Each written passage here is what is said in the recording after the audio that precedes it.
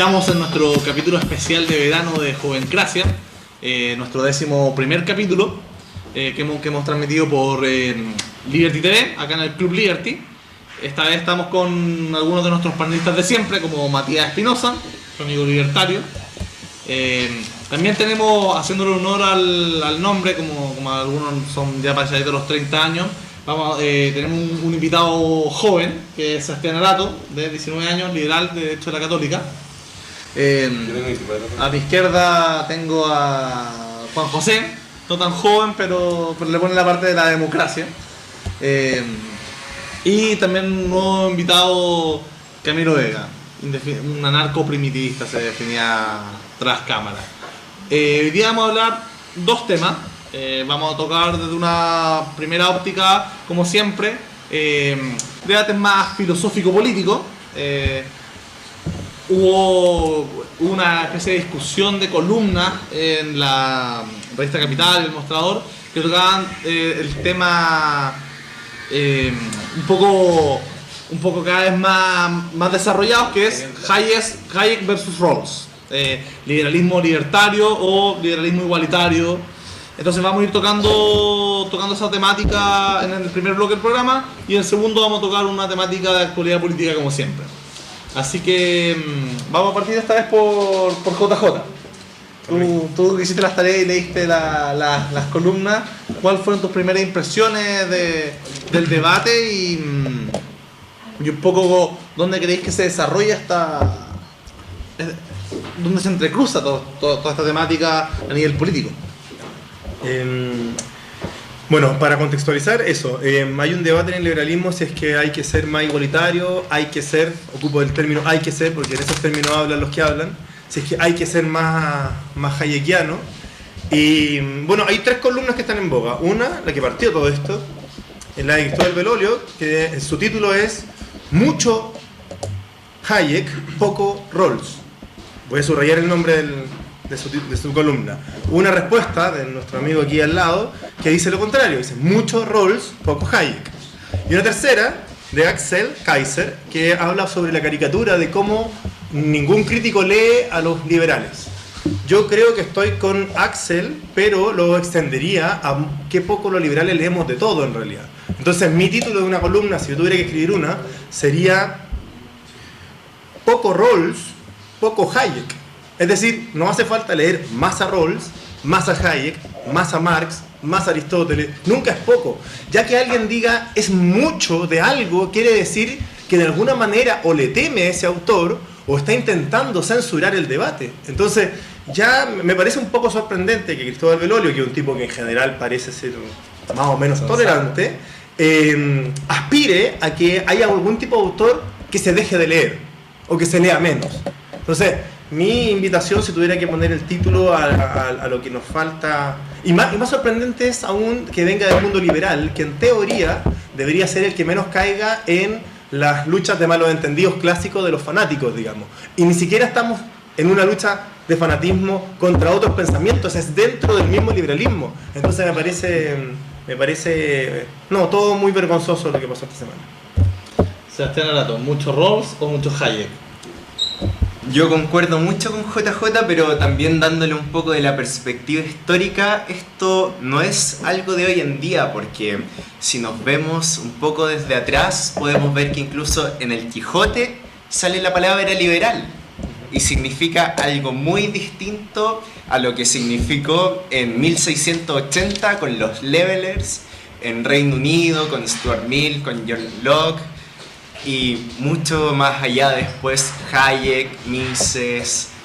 Entonces después ya con Rawls, que se abrieron distintas brechas, que hoy en día en el mundo estamos en un mundo donde el liberalismo en cierta manera triunfó, que nos estemos peleando entre nosotros diciendo que hay mucho de alguien, siendo que no siempre leemos al que decimos que hay mucho de, significa que estamos medio mal, porque tenemos que ver todo el historial del liberalismo y saber que tenemos un tronco en común, que hemos apuntado para una misma dirección. Ha sido una historia muy exitosa del liberalismo en el mundo y que considero que ha aportado grandes piezas a la humanidad, en su formación últimamente y que es vergonzoso que intentemos censurar una u otra de las partes. Y un poco haciéndole un resumen más pedagógico a los que no están familiarizados con los autores de Hayek o Rawls, ¿podría resumir un poco cada una de estas posturas? Bueno, Hayek se consideraría, entre comillas, para un más capitalista, más abierto a un sistema donde un mercado, donde la sociedad civil decida voluntariamente todas sus posturas, mientras que Rawls diría de que antes de eso pongámonos un velo en los ojos, digamos que no tengamos ninguna de nuestros bienes, posesiones, ninguna experiencia en la vida, y cómo es el futuro que soñamos, cómo sería una sociedad que queremos construir, pero también debemos saber de que es muy difícil hacer eso, y quien diga de que efectivamente se puede poner ese velo es una persona que cree que puede construir el mundo como él lo sueña en su utopía y que los demás van a ser felices con eso, siendo que al final cada persona es dueña de su destino, sus pasiones y sus deseos. Tú, Camilo, tú eres estudiante de filosofía, entonces... Algo así. Algo así. ¿Podrías agregarnos un poco también de las visiones que tenéis un poco de la perspectiva rawlsiana? O comentamos antes del debate, mucho Hayek, mucho Rawls y poco Nietzsche, ¿no? Claro, sí, bueno, yo quería responder un poco al tiro a lo que decía JJ. En el sentido de que, claro, él decía un poco que es incorrecto tomar más en cuenta Hayek, tomar más en cuenta Rawls al momento de leer, que hay que informarse de todo. Y sí, eso yo estoy muy de acuerdo contigo en ese sentido. Ahora, sin haber leído ninguna de las columnas, yo lo que veo es como, claro, en un sentido descriptivo podemos describir la teoría como teoría, pero lo que hay que hacer, yo creo, y lo que nos corresponde hacer como ciudadanos es aterrizarla como a la contingencia, a las cosas como son, en el fondo, el estado de cosas actual. En ese sentido creo que, de hecho, la constitución actual de Guzmán echa mano mucho más a Hayek que a Rawls, y en ese sentido creo que sería, perdón, a Hayek. Eso dije, Sí, perdón, sí. estoy un poco borracho. Cosas que están en Club Liberty. Sí. En ese sentido creo que sería importante tomar en cuenta a lo mejor otras perspectivas para buscar llevarlas a la práctica. No en el sentido como de solamente dedicarse a estudiar. Yo creo que las personas que escriben estas cosas, a pesar de no haber leído las críticas, en ningún momento están diciendo no lean a Hayek. Al contrario, yo creo que en el fondo están haciendo como alusión más a que Hay más influencia de uno que de otro. en la política aplicada deberíamos quizá investigar un poco más, o sea, buscar cómo llevar a práctica, o si sería correcto o no llevar a práctica las teorías más de uno sobre otro. Eso por ahora. Después voy a responder un poco lo que dijo él respecto a Rawls, pero sí se da la razón. Una pilla, para poner un poco de picante en el...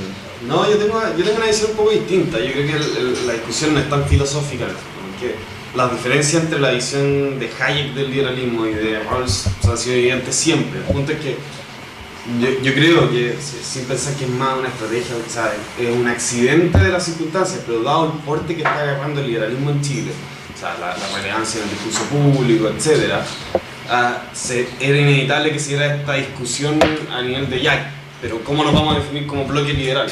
¿O nos vamos a separar? ¿O qué vamos a hacer? Porque hasta ahora íbamos remando todos juntos.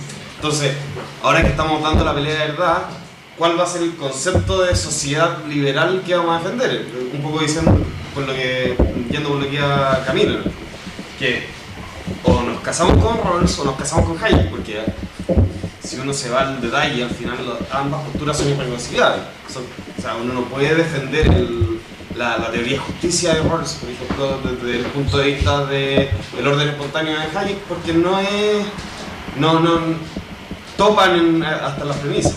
Y no solo el mundo liberal, porque también nosotros vamos viendo que la derecha, que en su crisis ideológica, que se han hecho cargo los últimos 2 años, que están intentando buscar un poco de dónde sacar, de dónde tomar prestado cierta idea. Nos encontramos con una derecha neoliberal quizás de la línea de Julián Novoa, Jaime Belolio, hasta partes de RN, ¿no? y Evópolis, intentan tomar este lado un poco más libertario, poniendo énfasis la mayoría de sus fundaciones o centros de estudios, Libertad y Desarrollo, Instituto de Libertad, la Fundación para el Progreso, todos estos intentan tomar un poco esa línea, pero por otro lado vemos un resurgir de los movimientos social cristianos, Sí. que si tuviera Prema se hubiese llegado a la hora que tenía que llegar, hubiese dicho que hay mucha gente social cristiana que al final se basa mucho más en roles, desde esta perspectiva kantiana, ¿no? Que en propia gente social cristiana. Entonces uno ve una réplica de esta discusión que existe en el mundo del centro, que también la podéis ver en el mundo de la derecha, y probablemente en el mundo de la concertación uno también puede ver ciertas cosas así, especialmente la vieja concertación, ¿no? La concertación de Andrés Velasco versus la de Osvaldo Andrade, el gobierno de HD, ¿no? Podría tener esta misma dinámica de dualidad. Bueno, lo que yo... A ver, en primer lugar, yo creo que decirle de derecha a los social cristianos es un poco fuerte. Lo hemos conversado ya, pero o sea, gente estatista y conservadora no es de derecha. Bueno, entonces, para ti, ¿qué es ser de derecha? No sé, pero eso no, o sea, yo creo hay mucha de la visión de mundo de Chalper que coincide más con Mao o con Stalin que con Jaime Guzmán, digamos. Entonces... Ahí le quiero devolver un poco la pelota a Camilo, porque como tú estudias en la Católica y he visto la misma gente de Solidaridad, ¿te parece más de derecha, más de izquierda? ¿Qué es para ti la derecha y la izquierda? O sea, ¿cómo definirías, por ejemplo, a alguien de derecha? Tú, si hablamos tras bambalinas que no te definían de izquierda, pero al menos sé que de derecha no eres. Sí, mira, o sea, a mí me pasa que en un sentido más bien universal, abstracto e internacional, yo tengo la derecha como una cosa muy clara, muy específica. Y para mí la derecha siempre es liberalismo, en todo sentido. O sea, pero la derecha moral, eclesiástica, no es liberalismo propiamente tal. No. O sea, para ti Axel es más de derecha que Jaime. Más. Sí. Y O sea, de Déjame ver hecho, lo que veo. el problema que yo veo en la, entre comillas, derecha como fuerte chilena que ha estado desde los 90 hasta ahora, es que se amparan en el Estado para mantener su estado de cosas actual, para mantener como sus assets, no sé cuál es la palabra en español, sus bienes circulando en un capital, su capital circulando en un mercado, amparados en el Estado, pero de manera súper autoritaria, lo que me parece súper contradictorio. O sea, en el fondo, en Chile hasta ahora no ha habido libertad de mercado, y en ese sentido las personas que, o sea, por ejemplo, las personas de RN y las personas de UBI, a mí son, como dicen por ahí, derecha de cartón, precisamente por eso. Son de hecho más conservadores que el socialismo en algún sentido. Pero no sientes que pasa un poco Son también... hipócritas. Lo que pasa también en la izquierda, que un poco aboga por libertad en términos morales, Valórico. en términos políticos, valóricos, pero cuando se trata de poder decidir sobre a qué colegio meter a tu hijo, si quería o no quería echarle sal en un restaurante a un tema, o incluso en temas un poco más controversiales, como por ejemplo que una persona, un cabro joven o una mujer que no está consiguiendo empleo, que pueda conseguir un empleo por bajo los estándares que el Estado dice,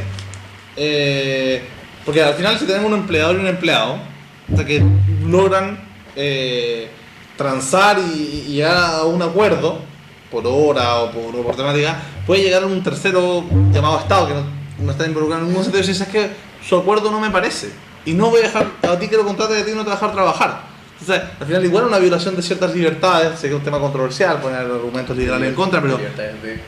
claro, Claro. desde una perspectiva de libertad negativa y libertad positiva, pero ¿no te parece un poco que se da ese complejo tanto en la izquierda como en la derecha? Sí, o sea, de hecho también considero a la izquierda chilena como una manga de idiota, básicamente. Y Principalmente porque también se están moviendo como dentro de reglas que no tienen un sustento teórico real. Falta consistencia Le interna. falta consistencia teórica, o sea, ellos no proyectan, y respondiendo un poco a la pregunta que me hacía al principio, como, claro, ¿dónde queda la voluntariedad cuando nos ponemos en una postura de izquierda? Bueno, es un problema más como de individualidad versus colectivismo, en cierto sentido, porque si lo veis desde otra perspectiva, la izquierda como ya más real, también defendería una cierta voluntariedad, pero una cierta voluntariedad más bien construida en el encuentro con el otro. ¿Te refieres a una izquierda más real, a la izquierda... Más que una voluntariedad... la izquierda autónoma, la izquierda... Más que una anarquista? voluntariedad individual, ¿cachai? Eso es el salir al encuentro con el otro y crear una voluntariedad en el fondo en ese encuentro, ¿cachai? Es súper básico, pero en Chile la izquierda tampoco toma eso en cuenta. En el fondo en Chile la izquierda es como gente que hace pataleta por la gente de derecha, ¿no? Básicamente. Como reaccionando a... Reactivo, claro, no propositivo, y eso me perturba profundamente. Juan José. Bueno, respecto a lo que decías tú de que está bien que la gente lea todo, pero si es que se va a aglutinar y va a armar una alianza, debiera tener que optar, también tú decías lo mismo, yo creo todo lo contrario en realidad. Stuart Mills, que también es un liberal, digamos, pero más allá de un liberal, un tipo que a mí me llama la atención no por ser liberal, sino que porque tiene ideas que encuentro razonable, siempre decía que la gracia del utilitarismo, un poco, que el utilitarismo es básicamente como fijarse en las consecuencias de los actos, es que si tú te pones a concordar respecto a las raíces y quién tiene más razón, te vuelves loco. Es imposible. Entonces, en realidad, si quieren concordar dentro de liberales sobre cuál va a ser nuestro papá intelectual, no va a ocurrir. Esa concordancia no va a ocurrir ni hoy día, ni mañana, ni nunca.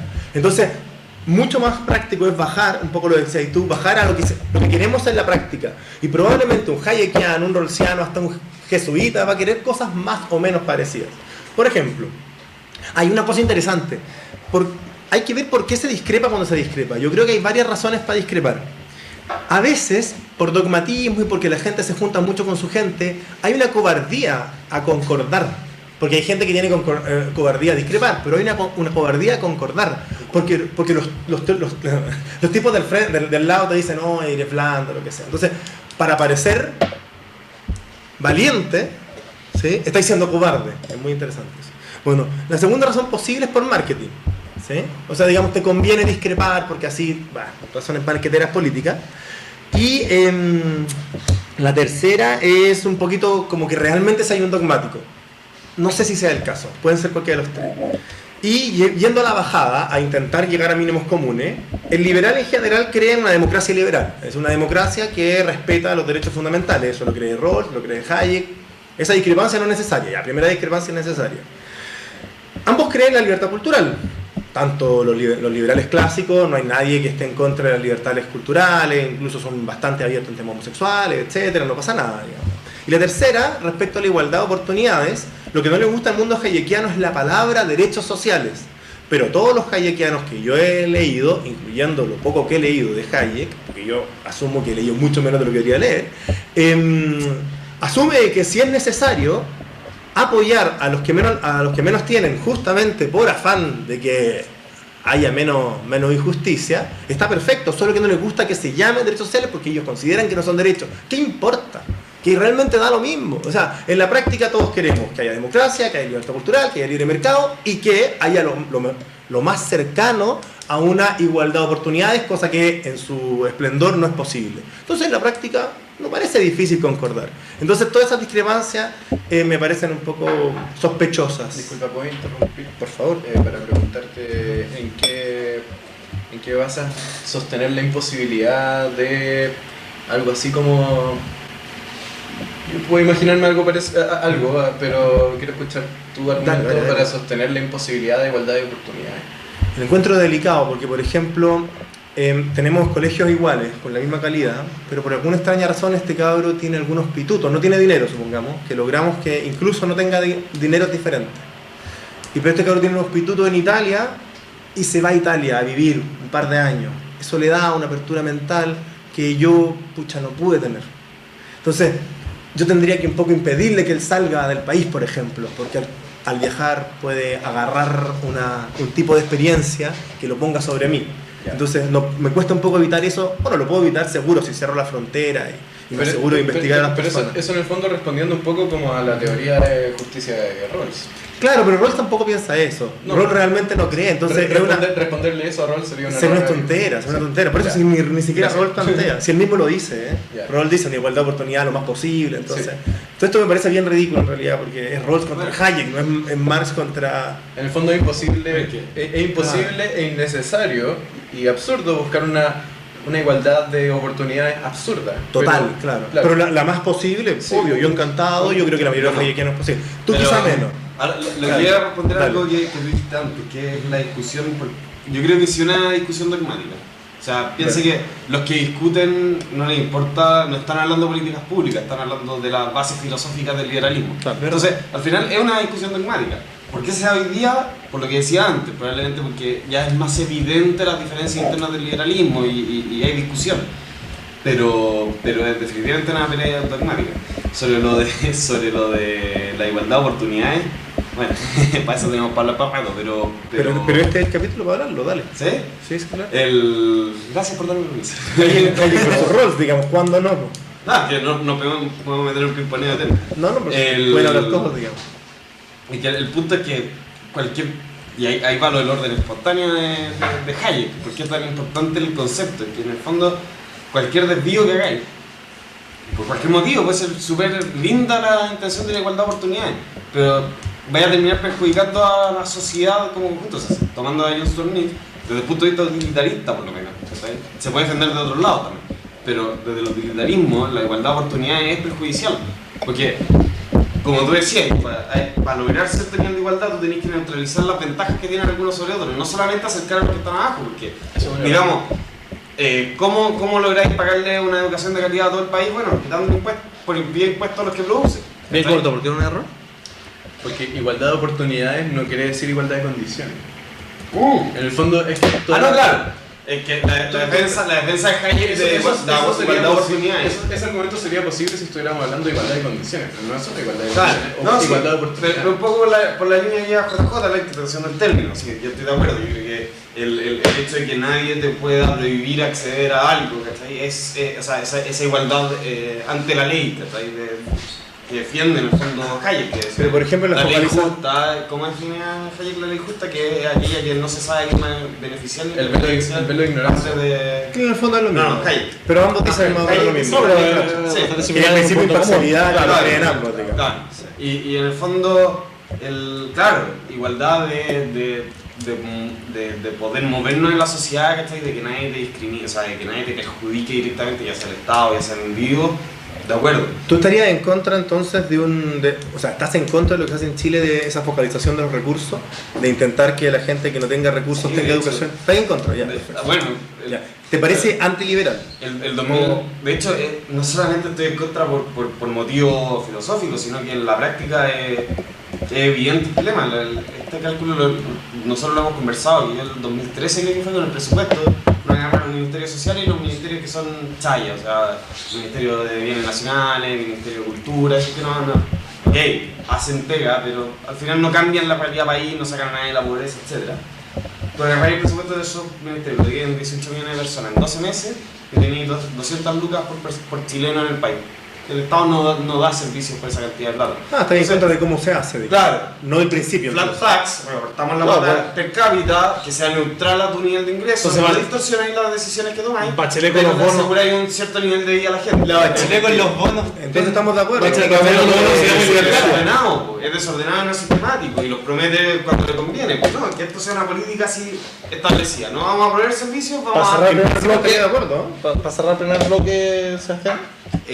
Para finalizar un poco el primer tema sobre la discusión más dogmática, pasa un poco porque el liberalismo ha estado en un rascacielos de marfil, de que generalmente por muchos años ha estado todo en las alturas y el liberalismo no se ha escuchado en las calles hasta el día de hoy, porque todos los grandes intelectuales y pensadores liberales estaban por las nubes pensando todas las diferencias entre Rawls y Hayek, que está bien, hay que hacerlo, pero también hay que bajar.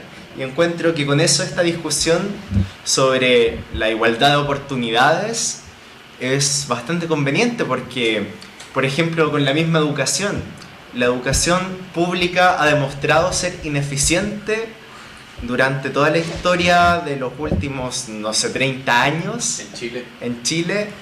Y Vale, si, por ejemplo, aplicamos un modelo voucher más intensivo, aplicamos más el modelo holandés, el modelo sueco, permitimos un voucher que haya pasado de los 60.000 pesos a 150.000 pesos, permitiría a la gente ir a mejores colegios y ahí tener verdaderas oportunidades que simplemente tenerlos en colegios que son simplemente en reclusiones. Para mí me parece una medida bastante conservadora. Bueno, Los eso, colegios públicos, porque una pregunta que me haría aíslas eso, sí, seguro. a la gente. Obvio, y mi pregunta sería, ¿esa política sería hayekiana o rawlsiana? Eso es una Sería cosa- ambas. Es una cosa interesante porque es algo que yo discutía con Renato Garín hace un mes y que lo discutimos en una columna que le contesté, que le da un poco eso. ¿Son las políticas públicas bajadas de discusiones filosóficas políticas? Yo sostenía que sí, él sostenía que no, que era como decir, pesco a Marx, o sea, bueno, Marx es un ejemplo particular, pero pesco a Nietzsche y puedo hacer una bajada de política Sí, pública, yo creo que sí. dudaba, ¿cachai? No, Yo de creo la que es corriente posible. filosófica, de la corriente filosófica política, por supuesto. Ya. Como el liberalismo, como el marxismo, pero Nietzsche a la Bueno, crítica ese- y una visión de sociedad medio difusa. Yo creo que se puede, obvio que se puede. No sé si siempre se debe, porque hay veces que es mejor olvidarse un poco y ser ultra pragmático. Pero de que se puede, me parece evidente que se puede. Bueno, estamos terminando este primer bloque. Vamos a continuar el segundo bloque de esta discusión y la materia lo guardamos para el próximo. Ahora vamos con Hay una nuestros censura auspiciadores, evidente del Club Líder. Sí, contra...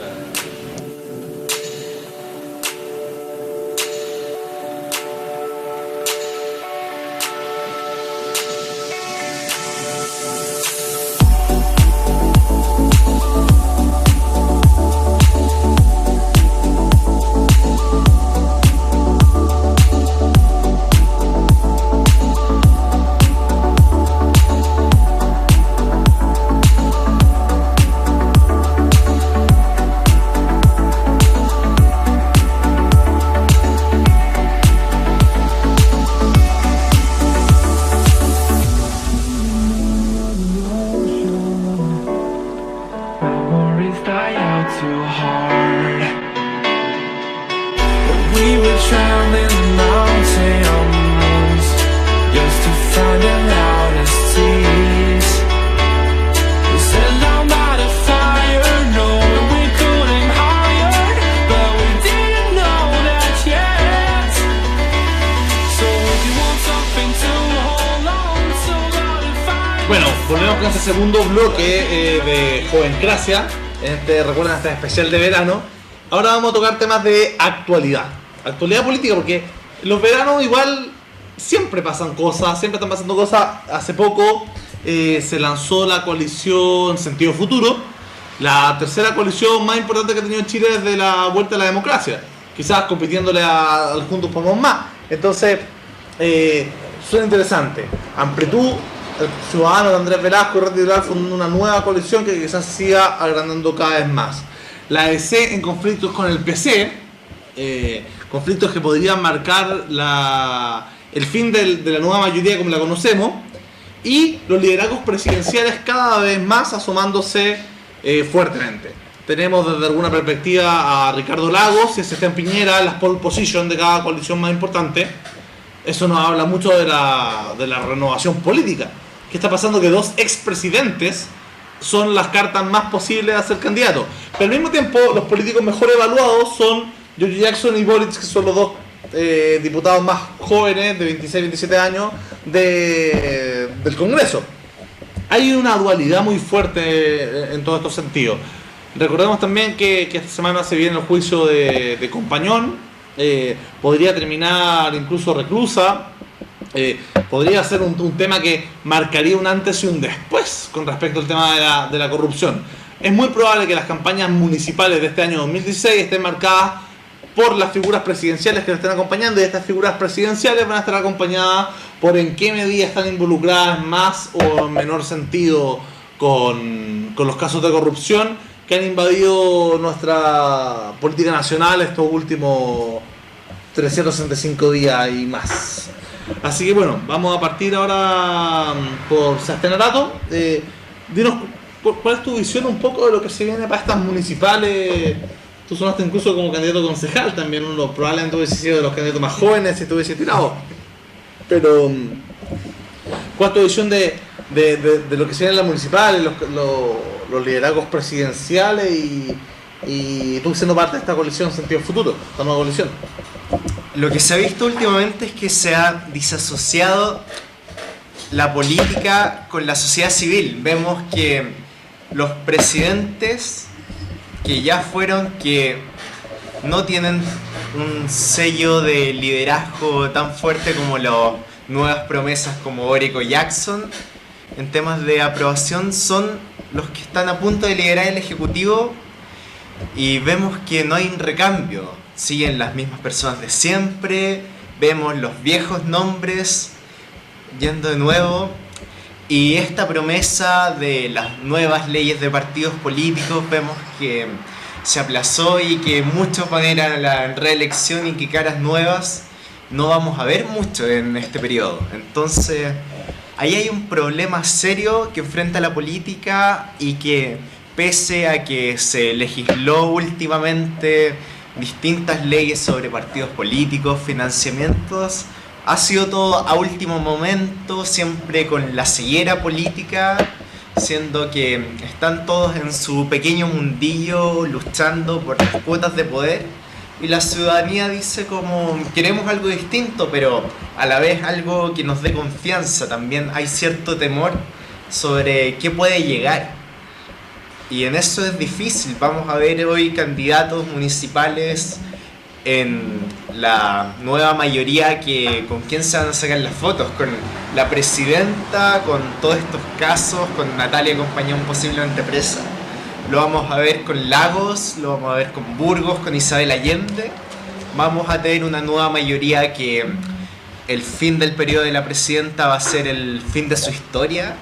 Vamos a tener una alianza que hoy en día intentan buscar una ideología, y ¿qué va a ser? Va a ser un Piñera más cargado con el apoyo de la UDI, va a ser un Osandón que llega con un apoyo mucho más Social cristiano y social cristiano, muy populista, llega haciendo muchas críticas, pero siendo él también parte. No veo ninguna autocrítica de él, siendo que llega con su bastión moral, siendo que también representa un poco esta vieja política. Entonces no veo un escenario muy propicio para estas municipales. para estas nuevas renovaciones. Juan José. ¿Yo? Dijiste varios temas. En 2 minutos voy a intentar enunciar lo que pienso de cada uno, ¿ya? Respecto al Sentido Futuro, Sentido Futuro es una alianza liberal en la que están Ciudadanos, que es un movimiento que era partido, que es centro izquierda liberal, Amplitud, que es un partido de centro derecha liberal, pero de centro, y Radio Liberal de sus orígenes, y Radio Liberal, que es liberal. Lo que a mí me gustaría es que esa alianza se priorizara calidad versus cantidad. Es decir, el próximo congreso es un congreso que va a ser constituyente. O van a hacer una nueva constitución, o van a llamar a una asamblea para una nueva constitución. Yo esperaría, o me encantaría, que el liberalismo hiciera una especie de selección nacional y llevara a lo mejor de lo mejor, no solamente en ámbitos políticos, sino que también a nivel intelectual. Entonces, me preocupa que aquellos que están... Solo te interrumpo ahí. ¿Quién sería para ti lo mejor de lo mejor en ese sentido? No sé, que Velasco vaya al Parlamento, que Engel se le convenza para que vaya al Parlamento, que Cristóbal Belolio vaya al Parlamento, que Daniel Brieva vaya al Parlamento, que lo mejor que exista vaya al Parlamento. Y si no quieren, convencerlo. El problema es que hay el tipo, en todas partes se cuestionaba, y hay un tipo de político, digamos, de medio pelo, se podría decir, que quizá no tiene muchas ganas de que lleguen estos gallos más grandotes, porque como el síndrome del RN, que el RN se espanta cada vez que llega alguien un poco de afuera porque le va a quitar espacio, digamos. Yo preferiría mil veces ¿A quién te referías en ese sentido? Eso no voy a decir nombre, no tiene sentido. Pero habría que recuperar aquello que se hizo muy bien, por ejemplo, en los 90, cuando Alamán llamaba a Piñera, que era un tipo que no era RN, no era... Entonces era otra época. Era un tipo que era no independiente, pero era crack. Y la gracia es que era crack. Si se pudiera hacer algo así, de llamar independiente, aunque nunca hayan militado, sería muy bueno para como aporte del liberalismo a la... Y solo intelectual, porque también está... También intelectual, gremial, y... lo que sea, pero tipos que en el Parlamento sean muy escuchados. Una vez, voy a decir esto cortito porque no alcanzo a hablar de los otros temas. Una vez Guillermo Tellier cuando llegó al Parlamento dijo, a mí no me importa que sea un puro comunista, porque una gota roja, si la pongo en una taza de agua, mancha todo rojo. Yo esperaría que un liberal, el próximo liberal, haga eso en el Parlamento. Y mancha todo amarillo. Que sea uno, pero que sea un hueón con la voz tan ronca que se escuche. Eso. ¿Y no te parece suficiente los liberales que hoy día, estamos hablando del Parlamento, lo que podríamos considerar liberal, Felipe Cas, Joaquín Godoy, Pedro Brown, Vlado Milosevic? Sí, me parece, pero no suficiente. Me parece que hacen su aporte, Necesario, pero no suficiente. Necesario, no suficiente, ocupando términos matemáticos. Necesario, pero no suficiente, aparte que se pueden encontrar gallos que roncan aún más, y si son nuevos y le dan la frescura, yo estaría encantado de que se hiciera eso. No tengo esperanza de que lo hagan, pero esperaría que lo hicieran. Matías Pinoza, ¿quieres ver a Axel Kaiser en el Parlamento? Por ejemplo, bueno. Axel. No, Axel eligió otra. Yo creo que él, Tú eres un fan, un no Kaiser sé si Boys. eligió, pero está en otra. Yo quería hablar de otra cosa, sobre el tema de los presidenciales, lo que tú decías. Yo creo que la gente, o sea, tienen tanto arrastre las figuras de Piñera y de Lago, justamente porque la gente quiere pasarlo en términos. O sea, veníamos acostumbrados a tener Lucas, un país que crece, etcétera, y pum, se trató todo en 4 años, porque vamos a hacer las cosas de nuevo, vamos a hacerlo distinto, etcétera. Y es un poco eso lo que va a hacer. Fíjense el perfil que tienen los dos, o sea, Piñera es el presidente de derecha que hemos tenido desde la vuelta a la democracia, y Lago, el otro presidente de derecha. el otro presidente de derecha no reconocida que hemos tenido desde la vuelta a la democracia. Entonces, ¿por qué pegan tanto? No es tanto por lo viejo, yo creo que no va por la confianza, sino que va por el proyecto de crecimiento. Ahora bien, la gente, ¿por qué las figuras de Jackson y Boric? Porque la gente sigue teniendo esa inquietud de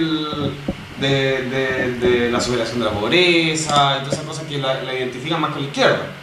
Pero vivía aprieta el bolsillo. Yo creo que eso es lo que está pasando por ese lado. Y por eso son esas figuras las que se están ¿Tú destacando. crees que la dinámica de las próximas elecciones presidenciales va a tener que ver, lamentablemente no tenemos Matías Conejero, que es el más majadero en ese sentido, pero la temática de poder distinguir entre cuál va a ser el axis que defina y separe las próximas elecciones? ¿Tendrá que ver con ¿cómo se llama? Con asamblea constituyente, con valores, o tendrá que ver con empleo, crecimiento, Yo creo que delincuencia? se va a tratar de ni siquiera de delincuencia, empleo y crecimiento. O sea, yo creo que y más que eso es la sensación de estabilidad.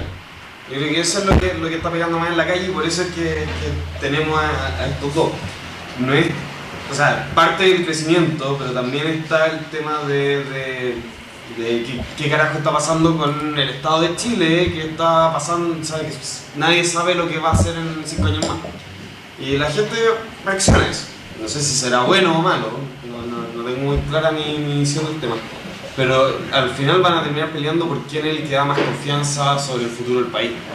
Quién promete más esta Y quizás por eso tengamos que volver a dos figuras presidenciales tan importantes como Ricardo Lago y tan exitistas. o Sebastián Piñera, desde una perspectiva que son las dos figuras que mayor representan los momentos de crecimiento en Chile, no solo económico, sino de como plantarnos como figura de representación a nivel nacional, ¿no? Camilo. Bueno, a mí me gustaría responder, o sea, no responder, sino que más bien pensar un poco lo que han dicho ustedes tres. No es en desmedro de ti, pero es solamente que lo que han dicho ustedes me hace más eco en la cabeza.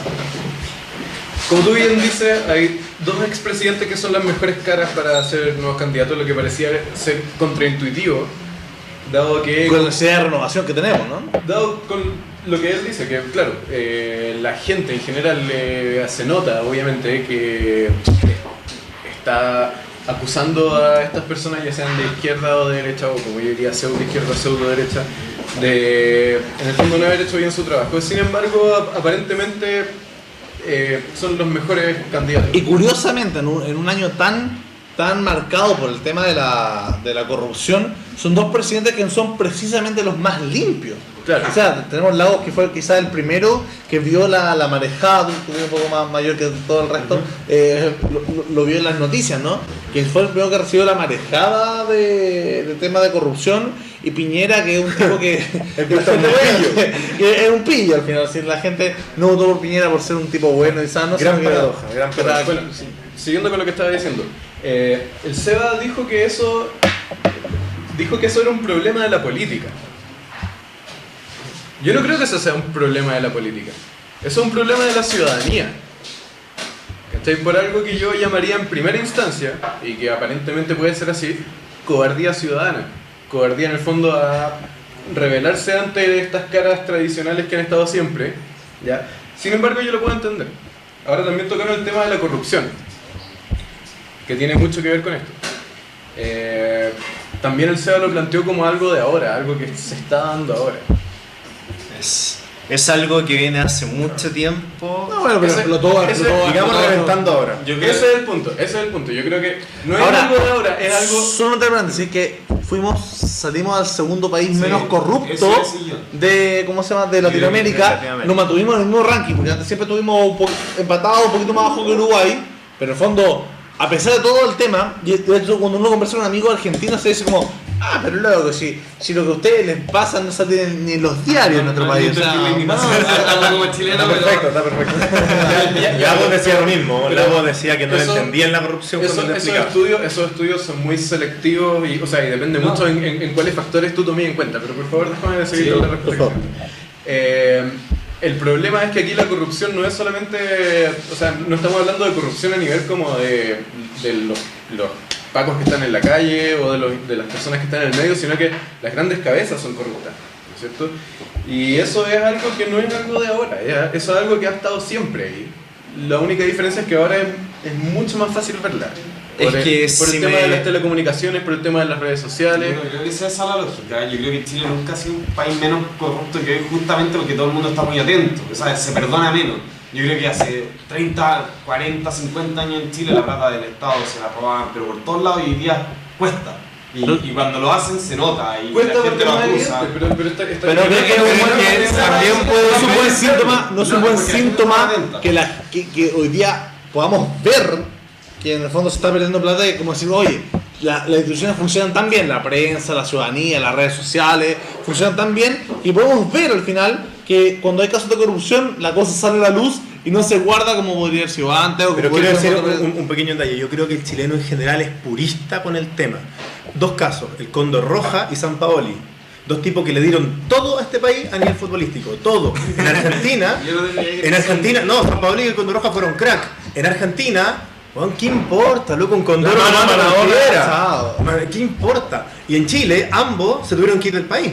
Es decir, el chileno es medio moralista en términos de corrupción. Y doble, tiene su cosa interesante. Y doble moral, porque al final seguro es como, sí, es que este político recibe plata, es que este empresario se coludió. Y compadre, ¿cómo estás tú? Paga tus impuestos, bien, o cuando podís, ¿cachai? Hacer este estudio. Hay una moralina ahí extraña. Hay una doble moral. Si puedo seguir con lo que está Dale. Ya. Yo creo que en el fondo, tú mismo dijiste, quizás antes pasaba más, pero ahora la gente está más atenta, eso es verdad. Y es más fácil estar atento porque los medios están más disponibles para estar atentos. Es que lo que hoy es la diferencia entre países. Entonces, bueno, yo considero, teóricamente, estoy muy de acuerdo con lo que dice Rousseau, en el fondo, de que todo gobierno debe de venir de una voluntad general. Y ahí es donde hay un problema, porque eso es muy bonito teóricamente, pero en la práctica nunca se da. ¿Por qué? Porque siempre los gobiernos son corruptibles y hechos son corruptos. Yo creo que voy a estar de acuerdo conmigo en eso. Sí, por supuesto. Sin embargo, eso también está asociado al mercado.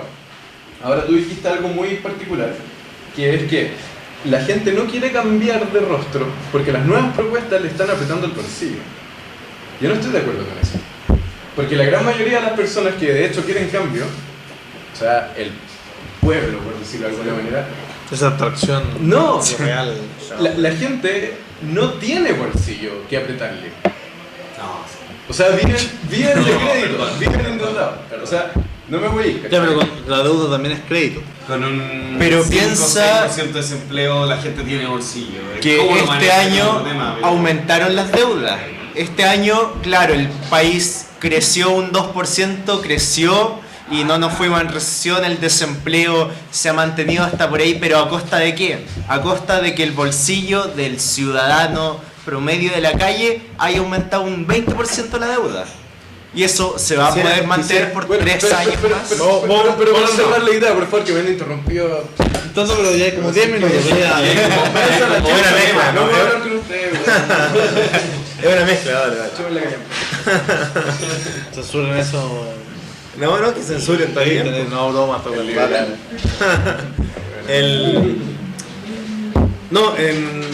Me dan ganas de cederle Ya, déjame terminar la idea. Sí, dale. Primero hacer la corta porque si no te van a Sí, interrumpir. lo que pasa es que lo que estaba diciendo al principio, que en primera instancia aparentemente podría ser cobardía ciudadana, ya sea por desconfianza ante la corrupción o porque le estén apretando el bolsillo, está bien.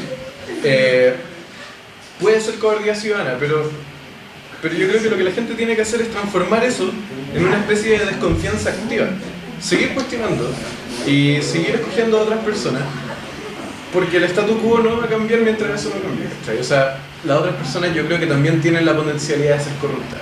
Y de hecho yo creo que va a ser así. ¿Puedo decir algo? Sí, por favor, vamos. Súper corto, te Súper entiendo corto totalmente y el vamos- punto. Sí, te entiendo totalmente el punto. Tengo la sensación de que ante esta sospecha ciudadana ganaron Piñera y Lagos. ¿Por qué? Porque Lagos y Piñera eran corruptos pero secos. Después venía una generación sub 60, sub 50, sub 40, que son desde Marco hasta Lagos y Piñera, que son los viejos. Todos esos hijos se demostró que son igualmente corruptos, pero no tan secos. Entonces, si hay que elegir entre corrupto y corrupto, mejor elijamos a los cabrones. Y luego ya viene un baldío entre medio y después ya viene Jackson y Boric. Entonces, encima de Boric son todos más o menos lo mismo. ¿Tú crees que la ciudadanía está suficientemente educada políticamente como para entender y pensar? Obviamente, por algo Boris y Jackson están primero en la CEP y en todas las otras encuestas. Es que yo creo que, y otra cosa interesante, yo creo que Orwell decía una cosa como que hay ideas tan tontas que solo los intelectuales lo pueden pensar. Y creo que la ciudadanía común y corriente tiene una sensatez y un tipo de lectura que no es tan tonta. ¿Sí? Por ejemplo, otra cosa, el tema de la economía. Las crisis económicas a la gente de élite mucho no les disgustan, porque las crisis económicas son oportunidades para comprar barato. Entonces no es una locura que la corrupción y la economía mala en la gente común y corriente tenga una lectura más sofisticada de lo que la élite intelectual suele creer. Tú has hablado con gente de campo. A mí gente de campo me ha dicho, no, yo voy a votar por Joaquín Lavín porque me parece más guapo. No, podrá, un porcentaje. Uno encuentra en todas partes. Sí. El campo en la ciudad. O sea, Y yo conozco gente, universidades, y yo conozco en la gente en las universidad universidades también. que dice que va a votar por la izquierda porque Claro. no se lo perdonaría a su papá si no vota por la izquierda. Claro. Y gente educadísima. Vamos a ir cerrando, Matías. Ya, yo quería decir dos cosas. Primero, o sea, quizás sea sesgo entre profesional y ideológico, pero yo no le llamaría guardia ciudadana y tampoco invitaría a la gente a comportarse de cierta forma porque la gente se comporta como se comporta, ¿no? Yo tampoco lo llamo cobardía ciudadana en primera instancia. Es una opción. Claro. Una de las alternativas. Claro, Una mala lectura que quise evidenciar, pero ustedes no me dejaron explicar. No, pero se entendió un parte. Yo creo que es importante entender que en el fondo la gente se nota, porque en los países con institucionalidad seria se ve la rotación de los partidos, que la gente resulta que la izquierda fracasa en esto pero logra esto otro, entonces compensa y después vota más por la derecha y después vamos para acá para allá porque le duelen los fracasos de uno y de otro. Entonces el turno no se da tanto por una cosa de las... O sea, es una búsqueda de seguridad cuando la gente tiende a la derecha y una búsqueda de... Libertad, oportunidad, igualdad. Claro, de angustia por su situación cuando tiende a la izquierda. reconocer eso. No, de hecho la gente piensa así. Yo creo que están absolutamente equivocados, la lectura está mal hecha, pero así es como se comportan. Si estoy haciendo la lectura. No voy a decirle a la No gente... hay un juicio de valor de otro. Claro. Y quizá entender ese... Bueno, de hecho yo creo que el candidato más débil para la próxima presidencia puede ser un Marx. Entonces, porque es justamente lo que la gente hoy día no quiere. En la época de Piñera era espectacular.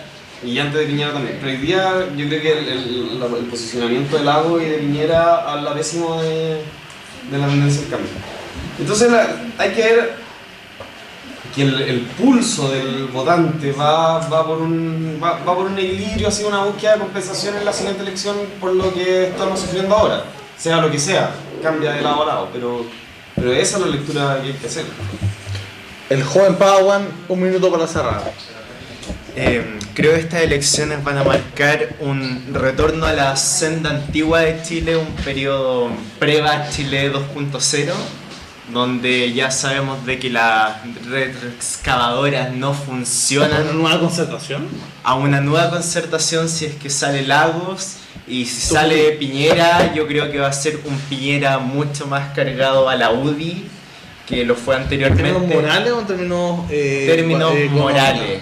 Ya. Términos económicos, desconfío más de Piñera que de Lagos, porque Piñera subió los impuestos.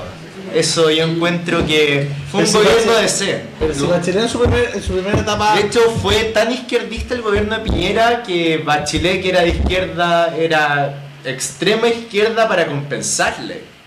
Pero ¿no se postuló. te parece que Bachelet en su primer gobierno fue de una sensatez grande, quizás porque está con Velasco al lado, pero era una sensatez notable a nivel económico y político, y que en el fondo termina cuando logra alcanzar el poder por segunda vez diciendo, oye, soy presidenta por segunda vez, ahora sí hago lo que quiero. ¿No te parece que Piñera podría haber sido lo mismo, pero el otro lado, o sea, como un tipo más o menos socialdemócrata, moderado, en la primera instancia, y si ganara la próxima vez, ya, ahora sí me pongo neoliberal en serio? No creo. Pero dale. No creo por nada, porque creo que Bachelet no ha gobernado este periodo. Han gobernado los partidos políticos de la nueva mayoría. Cuando estaba en periodo de debates que se sabía que iba a ganar, ahí estaba, no tenía un discurso claro y ahora se nota que está cansada de gobernar. No tiene mucha voluntad política y al final, ¿a quiénes vemos? Los presidentes de partidos, los que Pero están tienen todo mucha el menos tiempo. fuerza. Esa era, y puede ser recal que hubo Urquín en tu edad, pero ese era muy chico en el último gobierno de Piñera, pero ese es el último gobierno de Bachelet, pero se ve que los presidentes de partidos tienen mucha menos influencia en este gobierno que en el anterior. Mucha menos. Es notable. Pero también hay que recordar que teníamos un ministro de Hacienda que también mantenía todo y que de hecho mucha gente me ha comentado que incluso en posturas valóricas son completamente contrarias. Ahora- que dicen yo quiero a un Velasco sobre un Lagos, sobre un Piñera, porque sé que Un pese punto medio, Velasco. con la presidenta que si la soportó ella y mantuvo el país estable, o sea, solito va a mantener esta hueá de maravilla. Yo confío en Bachelet tiene dos ovarios al final y ambos están sobre recargados. Un ovario que me gusta mucho, que es la que sacó primero hizo el voto en el extranjero en un mes, o sea, récord con Jimena Rincón, ¿no? Después cambió el binominal, hace algo que todos queríamos que acabara hace mucho tiempo. Luego, bueno, el tema de la constitución, que para mí siempre es valoroso, creo que es bastante sensato. Incluso el Che García, de Libertad de Desarrollo, decía que era bastante sensato lo que está haciendo Bachelet con respecto a la nueva constitución. ¿Para qué hablar de marihuana, que probablemente se termine legalizando en un sentido bastante uruguayo y sensato los próximos meses? Aborto terapéutico, eutanasia, se aprobó la ADP, quizás termine AUC. Y termine probablemente aprobándose el tema de la adopción de hijos. O sea, ese ovario de Bachelet me encanta. Quizás el que no me gusta es el de la reforma tributaria, el de la reforma laboral, el de la reforma, ¿cómo se llama? Educacional, que han sido mal hechos y que son los que tienen menos aceptación en la ciudadanía. Bueno, para cerrar un minuto. Bueno, primero pedirles que la próxima vez que venga y empiece a hablar algún argumento, weón, me dejen expresarlo, porque si hay interrupciones no puedo expresarlo como correcto. Muchas gracias por 2 minutos. No. Y aparte de eso, bueno, quería llamar a nuestros auditores a básicamente no quedarse en lo que en primera instancia llamé cobardía ciudadana. A pasar a una desconfianza activa, aunque las nuevas caras se vean igual de peligrosas o quizás más peligrosas, igual son nuevas caras, la única manera de progresar, quizás volver a cometer errores, está bien, pero es la única manera de cambiar las cosas, a través de prueba y error, ensayo y error, y en ese sentido los llamo a, en cierta medida, una especie de desobediencia civil, de romper este patronato que Más tenemos en reemplazo Chile. que renovación. romper este patronato que tenemos en Chile y en algún sentido acceder a una especie de revolución democrática, que es súper amarillo, pero es... Pero esto va a militar el partido de Giorgio. Buen punto, yo cambió lo que iba a decir. Yo creo que sería una buena cosa hacer un distingo en este momento e intentar votar, por lo menos lo que yo voy a hacer, no que la gente haga lo que estime conveniente, pero lo que yo espero hacer es hacer un distingo entre el tipo más limpio que encuentre con las ideas que más se parezcan a las mías, sin importarme mucho si es que es antiguo o nuevo, ¿sí?